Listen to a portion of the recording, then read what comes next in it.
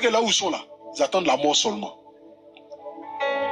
Et à toutes ces personnes que j'ai laissées derrière, peut-être qu'ils pensent que je les ai oubliées. Comme ça fait 5 mois que j'ai fait silence radio, mais je vais leur dire aujourd'hui que je ne les ai pas oubliés.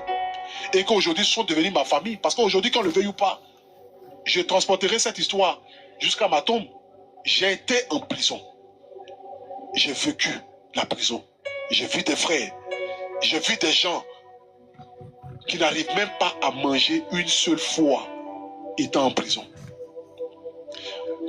Papa, quand j'arrive en prison pour la première fois, ce qui me cœur encore l'esprit, ma mère me ramène la nourriture, où elle part vite à 9 h parce qu'elle était en train de pleurer et tout ça là. Donc quand je m'assois dans la cour des assimilés, je m'assois en bas d'un arbre, je sers ma nourriture, elle m'a envoyé poulet grillé à Attiqué.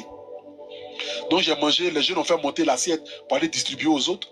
Donc quand je finis de manger, j'ai laissé petit Attiqué, peut-être même qu'il ne faut même pas un petit coup d'Attiqué, les oignons et puis os de poulet, os de cuisse de poulet là. J'ai pas mangé ça. Donc j'ai laissé.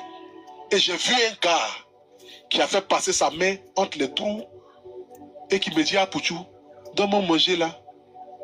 Il dit qu'il a mangé mon frère. J'ai fini de manger, c'est os au moins qui reste là. Il dit, donne-moi os là, j'ai mangé. Je me suis levé et commencé à pleurer. Il dit, mais c'est que moi je ne suis pas en prison. Abouchou, nous sommes à la fin de cet entretien.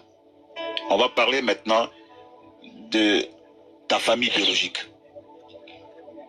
On va parler de ta vie aussi, tes enfants. C'est quoi aujourd'hui ta situation? Tu es marié, tu vis avec qui?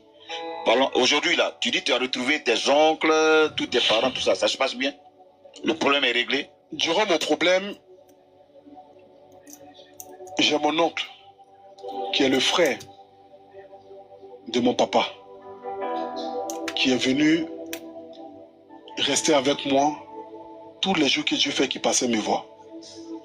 Il m'a dit, mon fils, c'est que tu ne me connais pas.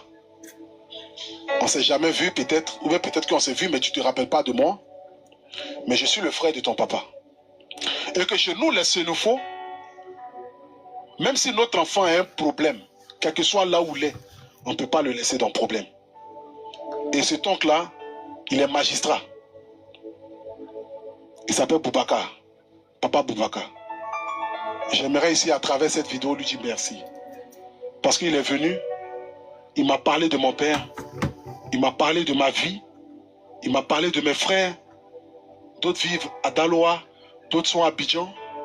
Je n'ai pas encore eu l'occasion de les voir, parce que je me suis dit que je devais finir avec cette histoire pour être en paix avec moi-même, ma tête et ma conscience, pour aller vers ce papa-là, pour connaître véritablement d'où je viens, en quelque sorte. Mais j'aimerais lui dire merci, parce que il a été présent. Et ce problème m'a permis de renouer des liens avec cette famille que je ne connaissais pas.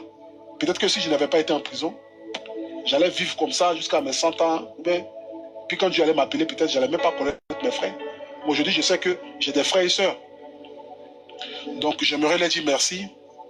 Et puis, surtout merci à lui, qui lui aussi s'est battu comme il pouvait pour que les choses puissent se régler.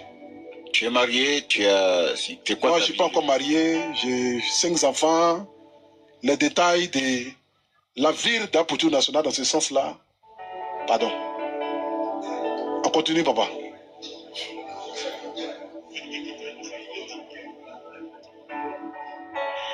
Apoutou, Oui, papa. nous sommes à la fin de cet entretien. Tout à l'heure, tu me disais que tu vas arrêter bientôt les réseaux sociaux. Pourquoi?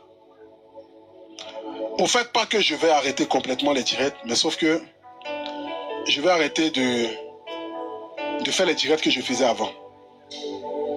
Parce que qu'on le veuille ou pas, il faut que j'entretienne quand même ma communauté. Mais je vais entretenir ma communauté désormais avec ma musique, avec ce que je sais faire. Je vais encourager les jeunes à entreprendre. Moi-même me lancer aussi dans l'entrepreneuriat.